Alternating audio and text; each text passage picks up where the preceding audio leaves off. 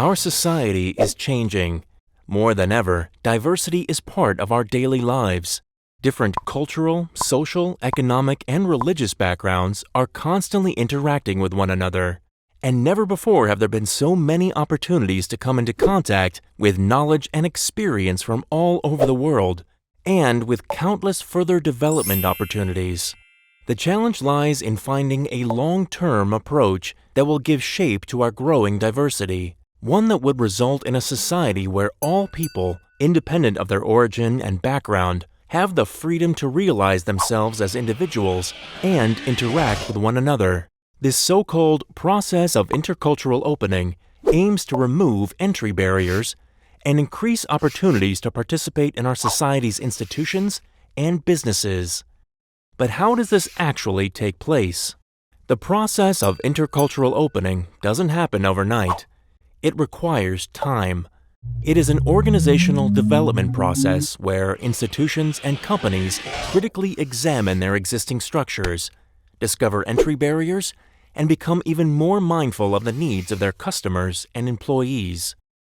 For this purpose, there are 4 levels in particular that should be considered more closely: organizational structure, personnel, services offered, and networking. Is there a guiding principle, for example, that addresses diversity? And is it consistent with what is experienced each day at work by all employees? Do all managers stand for it, and do they encourage the process of intercultural opening with the right resources? Do personnel choices reflect social diversity?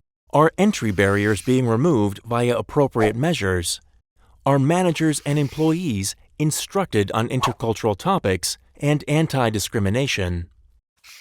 Are services offers available to all people, regardless of whether or not they have a migration background?